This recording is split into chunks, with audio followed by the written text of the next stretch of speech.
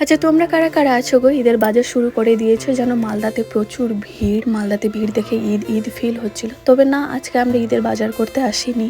আজকে এসেছিলাম, আমার একটা কাজ ছিল। আগে চলে গেছিলাম, আমার একটা চুড়িদারের পিস সেলাই করতে দেওয়ার ছিল, ওটা দিতে। তারপর না একটা বন্ধুর তরফ থেকে আমাদের ইফতারির আয়োজন ছিল। আর ইফতারিটা না দারুণ হয়েছিল, অনেক ভালো লেগেছিল, একদম পুরো বাড়ি বাড়ি ফিল হচ্ছিল। আর আজকে মালদায় আসার কারণ হলো একটা ওয়ার্ড্রোব নেব।